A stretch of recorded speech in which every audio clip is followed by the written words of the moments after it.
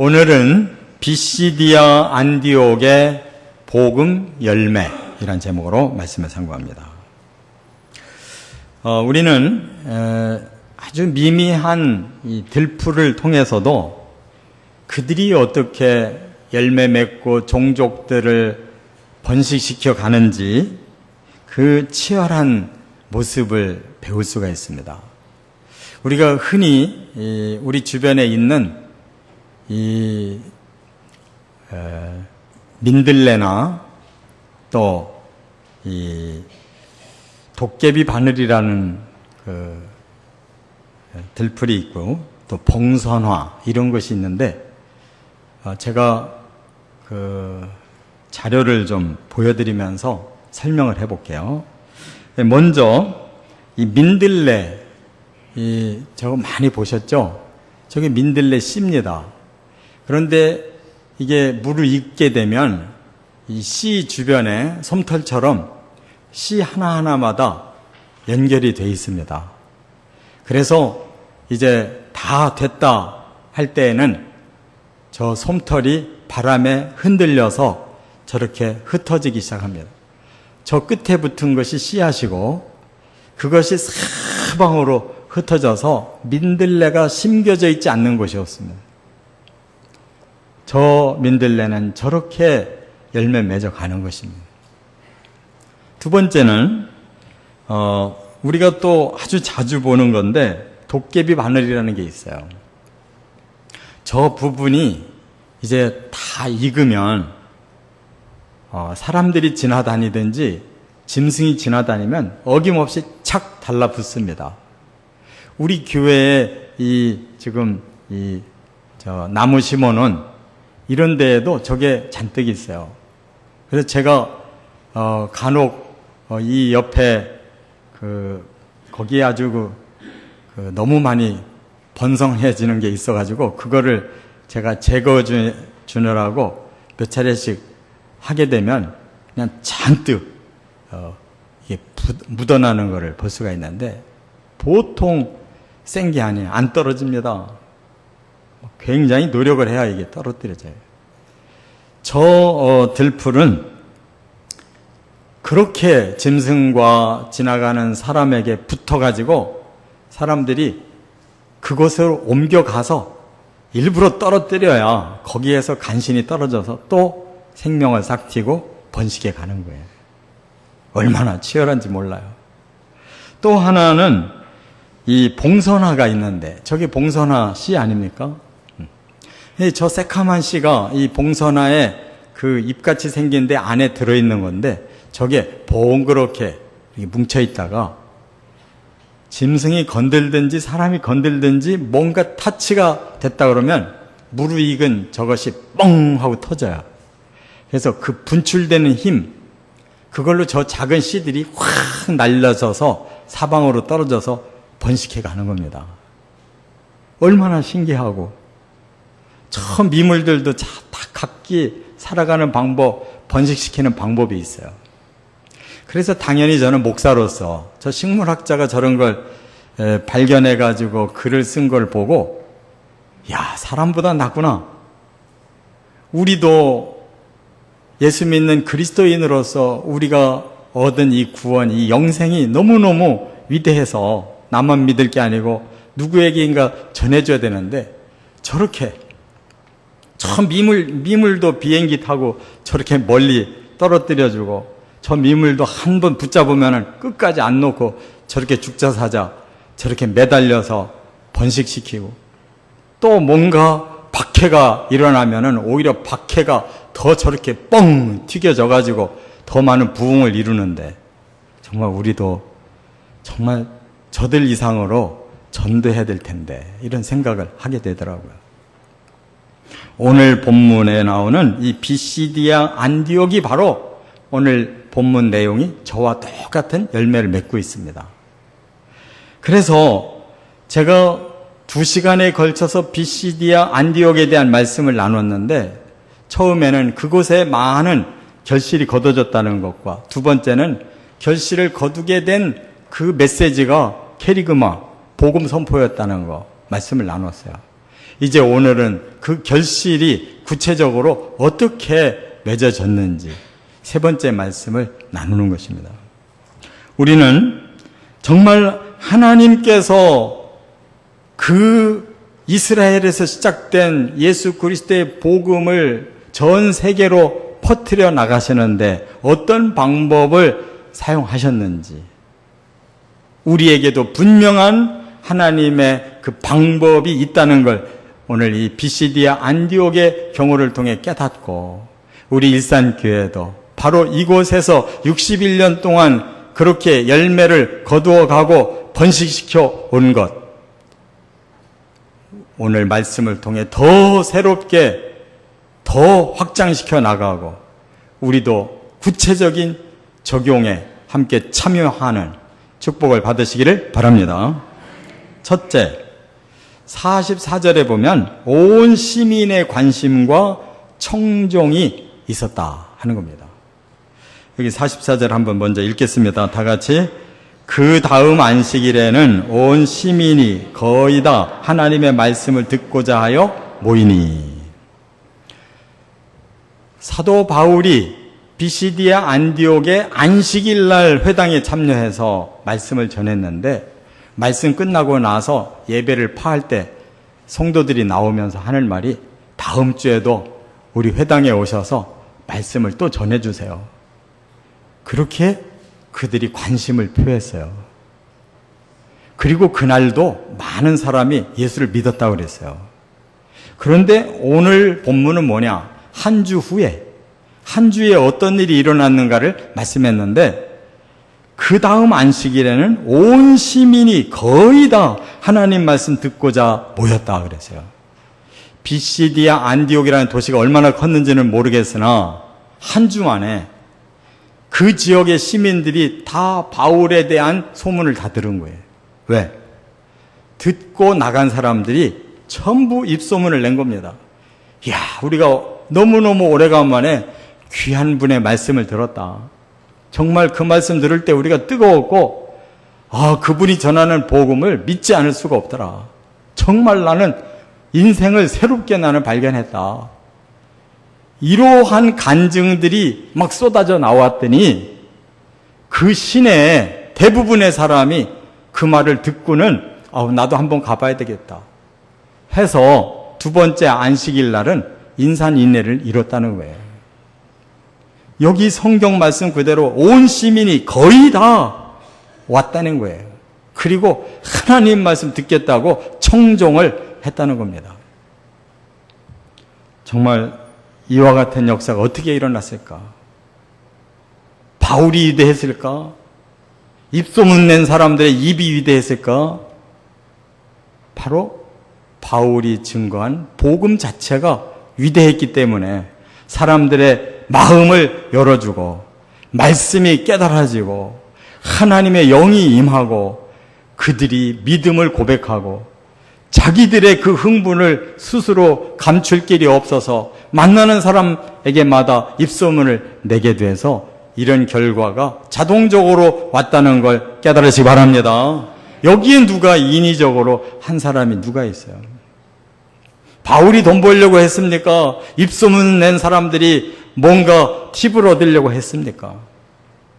오직 복음 그 자체가 이러한 위대한 매력이 있었기 때문에 제대로만 전하면 제대로 퍼져나가고 이렇게 자동적으로 모여들었다 그 말이에요. 그렇다면 왜 오늘날에는 이와 같은 역사가 안 일어날까? 이미 믿는 사람들이 이 교회로 갔다가 저 교회로 갔다는 수평 이동만 있고 진정한 믿지 않는 사람들의 마음에 이러한 변화가 일어나서 하나님의 말씀에 청종하는 역사가 왜 안 일어날까? 바울이 없어서 그럴까? 아닙니다. 하나님께서 우리에게 2000년 전이나 오늘이나 똑같은 복음을 주셨지만 이 복음이 제대로 전달되지 않은 이유도 있고 또 하나는 전달됐어도 듣는 사람들이 변해 있다는 거예요. 제가 미래학자고 아시아 미래협회에 회장이신 최윤식 박사님, 믿는 분입니다. 이분의 글을 제가 읽어봤는데 이분이 이런 말을 했어요. 21세기의 가장 부정적인 측면에서 산무가 강화되고 있다. 뭐냐면 무기력과 무관심과 무의미가 팽배해지고 있다는 거예요. 왜 그러냐? 점점 사회가 혼탁해지고 정치, 경제, 사회, 종교 모든 곳에서 다 분열과 혼동이 오니까 사람들이 하루를 사는데도 불안한 거예요. 안정이 안 되는 거예요. 그래서 결국 생각이 어떻게 모아지냐면 나만 잘 되면 된다. 뭐 다른 데 신경 쓸 상황이 안 된다는 거예요. 이 불안이 어떤 현상이 오느냐? 사람을 무기력하게 만드는 거예요. 다른 데 관심을 안 두게 만들고, 그리고 목적의식, 의미를 부여하지 못하고 그냥 살아간다는 거예요. 이게 미래학자의 보는 관점입니다. 교회는 어떠냐? 교회도 마찬가지로. 아니, 내가 믿으니까 그냥 주일날 예배는 드려도 나는 교회에 관심 없어. 나 전도에 관심 없어. 나중에 죽어봐야 천국도 가는지 안 가는지 알지. 지금은 나는 천국까지 생각 못해. 나 오늘을 살기에 바빠. 나 교회 가서 하나님 앞에 하나님 나 이거 좀 잘 되게 해주세요. 기도하고 올 뿐이야. 관심이 없다는 거예요. 그 이외에는. 오직 자기에게 해당되는 것만 관심 갖는다는 거예요. 그런데요, 이건 미래학자만 얘기하는 게 아니라 2000년 전에 예수님이 이미 말씀하셨어요. 마태복음 24장이 종말의 현상을 말씀하고 있는데 거기 11절부터 이렇게 말씀했어요. 거짓 선지자가 많이 일어나 많은 사람을 미혹하겠으며 불법이 성함으로 많은 사람의 사랑이 식어지리라. 종교계도 하도 이단들이 많이 일어나고 뭐가 진리인지 모르게 완전히 혼탁해져 있어서 신자들의 마음이 사랑이 식는데요. 이 아가페가 식어져 버린다는 거예요. 뭐가 진리냐? 뭐가 정말 사람을 살리는 것이냐? 뭐가 우리에게 진정한 구원이고 영생이냐? 이런 관심이 없어진다는 거예요. 그냥 내가 믿는 거 나만 그냥 믿고 있으면 되는 거야. 관심이 없어진다는 거예요. 예수님의 말씀이에요. 그렇기 때문에 예수님이 13절에 이렇게 말씀했어요. 끝까지 견디는 자는 구원을 얻으리라. 이 말은 뭐예요? 바로 하나님이 주신 이 사랑을 끝까지 붙들고 함께 하는 공동체가 하나님께 들림받는 공동체가 된다는 거예요. 그리고 예수님의 그 목표를 여기서 발표하셨어요. 14절에 이 천국 복음이 모든 민족에게 증언되기 위하여 온 세상에 전파되리니 그제야 끝이 오리라. 이런 현상이 있음에도 불구하고 하나님은 모든 땅끝까지 민족을 다 이 복음 전하게 하겠다. 왜? 기회를 주겠다는 거예요. 그리고 세상 끝이 올 것이다 그랬어요. 하나님은 여전히 뜨거운 하나님이십니다. 우리들이 식어지고 있는 거예요. 복음 자체가 문제가 아니고 사람들이 문제인 거예요. 깨달아야 될 줄 믿습니다. 두 번째, 45절과 50절. 유대인들의 시기와 박해가 일어났다는 거예요. 대다수의 시민들은 다 복음에 관심 갖고 와가지고 그 복음 듣고 구원받아 보려고 사모하는데 한편에서는 그걸 시기하는 사람들, 오히려 강하게 물리적으로 박해하고 나서는 사람들이 있었다. 바로 유대인들.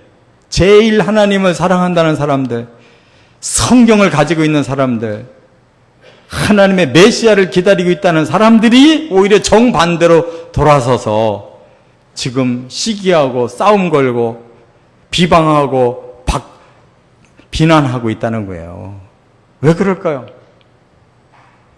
그들은 하나님이 자기들의 독점으로 생각했어요. 근데 지금 이방인들이 하나님 믿겠다고 나왔어요. 성경이 자기들만을 위한 독점물이라고 생각했는데 그 성경을 사도 바울이 풀어줬더니 이방인들이 다 달라들고 있는 거예요. 믿겠다고. 자기들은 죽으라고 회당에서 예배드리고 성경 읽었는데도 아무런 역사가 안 일어났는데 어떻게 저 바울이 한 번 설교에 이 시민들이 들썩일까? 그 바울이 전한 복음 한마디에 어떻게 사람들이 하나님 앞으로 귀의를 할까? 이게 너무 배가 아프고 마음에 안 드는 거예요. 자기들도 지금 메시아를 간절히 기다리고 있는데 메시아가 오리라는 징조가 안 보이는데 이미 저 바울은 메시아가 오셨다고 말하고 그 메시아는 죽었다가 살아났다는 거예요. 자기들이 생각하는 메시아는 영웅이지 죽었다가 살아나는 그런 메시아가 아닌데 어째 사람들이 죽었다가 살아난 메시아를 저렇게 환영하고 믿을까? 왜 우리를 세계의 가장 강대국으로 만들 메시아는 왜 안 나타났는데 왜 저 사람들 이방인들은 저 말에 저렇게 훅 갔을까? 이런 게 지금 너무너무 기분 나쁘고 마음에 시험이 오는 거예요. 그래서 바울 보고 비난하고 그리고 너희들이 2단이다 3단이다 따지고 있는 거예요. 여러분 오늘도 얼마나 그런 얘기 많습니까? 2단이냐 3단이 얼마나 많이 따지고 있어요. 그런데 다 서로가 다 죽었어요. 영이 다 죽었는데 서로 죽은 사람들끼리 2단 3단 따지면 뭐 하겠어요. 바울은 그런 걸 따지지 않았어요. 그런 거 가지고 따질 필요가 없는 거예요. 진정으로 진리가 살아있고 성령이 살아있어서 우리의 마음이 살아나고 흥분되고 하나님 일을 하는데 전진을 하고 있는데 그 어떤 2단 3단이 필요가 있어요. 더 중요한 건 진리가 정말 내 속에서 역사하느냐, 하나님의 성령이 정말 나를 끌고 가시는 것이 깨달아지느냐가 중요하잖아요. 그래서 사도 바울이 이렇게 말합니다. 내가 구약의 말씀을 아는데 나는 너희들에게 먼저 복음을 전했다. 그러나 너희들이 거부했기 때문에 구약에서 예언한 대로 우리를 이방인의 빛으로 삼아서 우리를 통해 이방인 구원하겠다고 하나님이 선포하신 대로 우리는 이제 이방인에게로 간다. 이렇게 말을 한 거예요. 그러니까 이들이 이제 흥분해가지고 여기 50절에 보니까 이에 유대인들이 경건한 귀부인들과 그 신의 유력자들을 선동하여 바울과 바나바를 박해하여 그 지역에서 쫓아내니 그래서 하나님 잘 믿는다는 유대인들이 정작 바울을 이기기 위해서 그 지역의 권세자들을 흔들어서 우리가 이렇게 잘 살고 있는데 어디서 이상한 사람이 와가지고 이렇게 흔들고 있으니 우리 공권력을 발휘해서 그 사람들 내쫓고 이 기독교 여기에 정착하면 안 됩니다. 싹쓸이 해야 됩니다. 이렇게 한 거예요. 여러분, 교회는 이렇게 하면 안 됩니다. 하나님의 진리와 성령이 살아있는 게 중요하고 만약에 공권력과 결탁해서 힘으로 뭘 밀어붙이려고 한다면 타락한 거예요. 천주교가 중세에 그렇게 해서 타락한 겁니다. 세상의 권력과 신령한 영의 힘을 함께 주려고 하다가 다 타락한 거예요. 요즘 천주교는 그런 데모 안 합니다. 기독교가 데모하고 있어요. 우리 수가 이렇게 크니까 우리 말 들어야 된다고 하는데 그거 복음 아닙니다. 분명하게 아셔야 돼요. 여기서 바울이 어떤 태도를 보였는지를 우리가 깨달아야 돼요. 바울은 뭐라고 그랬습니까? 그렇다면 우리는 떠나겠다. 발에 티끌을 떨어버리고 다음 선교진 이고니온으로 갔다 그랬어요. 여러분, 왜 발에 티끌을 떨었을까요? 이건 분명히 메시지거든요. 예수님이 가르쳐 주신 거였어요. 예수님이 뭐라고 그러셨어요?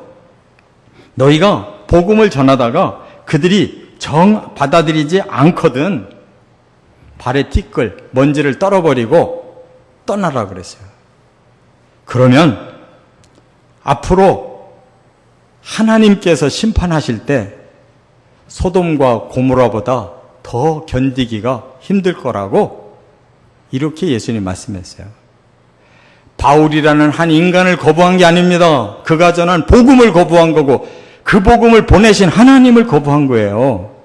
그렇기 때문에 우리 전도자들이 목을 메고 제발 믿어달라고 할 일이 아니고 복음은 이럴 것이다라고 증거하는 것이 전도인 줄 믿으시 바랍니다.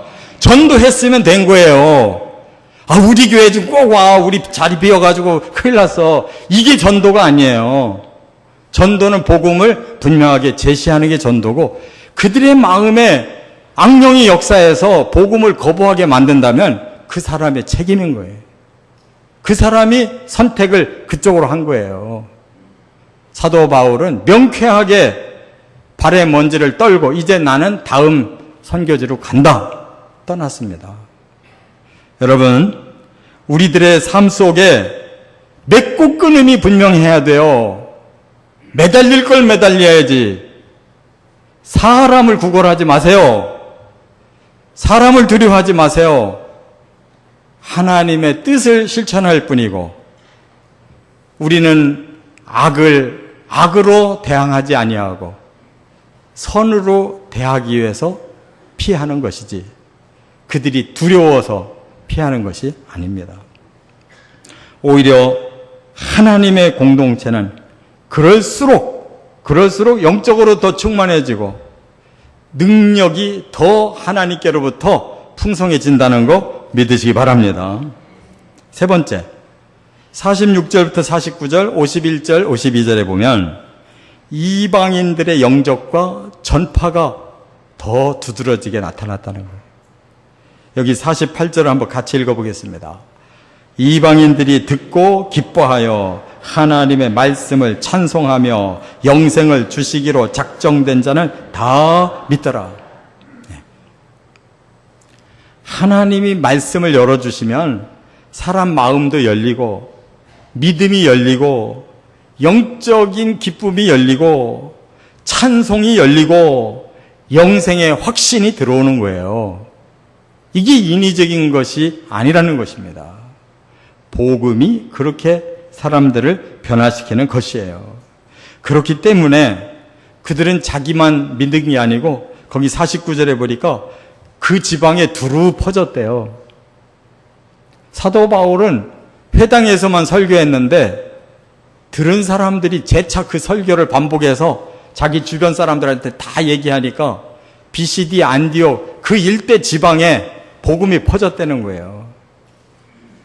이와 같이 복음은 하나님의 진리로, 하나님의 성령으로 우리들이 그 흥분에 함께 참여할 때 영적 변화와 구원의 역사가 따르는 줄 믿습니다.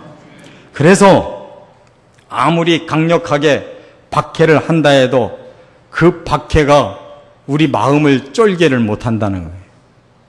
그렇기 때문에 하나님께서 이렇게 담대하게 사도 바울이 발에 티끌을 떨고 그 다음 이고니온으로 가는 걸 보고 이미 예수 믿게 된 그 제자들은 어떤 반응을 보였느냐?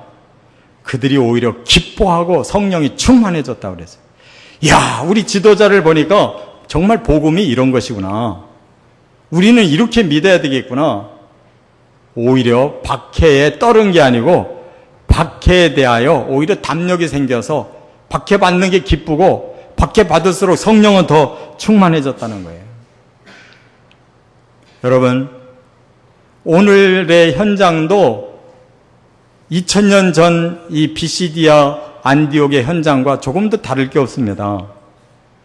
지금도 선교지에서는 이런 치열한 영적 싸움이 있고 그 상황 속에 복음을 받아들이는 자는 이렇게 뜨거운 겁니다.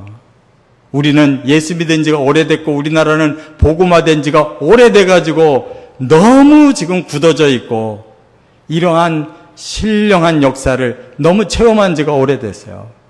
그러나 이제 다시 눈을 떠보세요. 밭이 휘어져서 추수할 때가 된 것처럼 지금 방황하는 영혼들이 얼마나 많습니까? 우리의 마음의 복음이 살아나고 성령의 감동이 역사하면 얼마든지 2000년 전에 그 복음의 열매는 그대로 맺혀진다는 사실을 깨달으시기를 바랍니다. 이제 말씀 정리합니다. 복음은 사람들의 마음을 움직이고 그들에게 그 구원을 사모하게 합니다. 그리고 반대급부로 시기와 박해도 일어나지만 그것은 오히려 그리스도인들에게는 영적 기쁨이며 성령 충만의 기회라는 것입니다.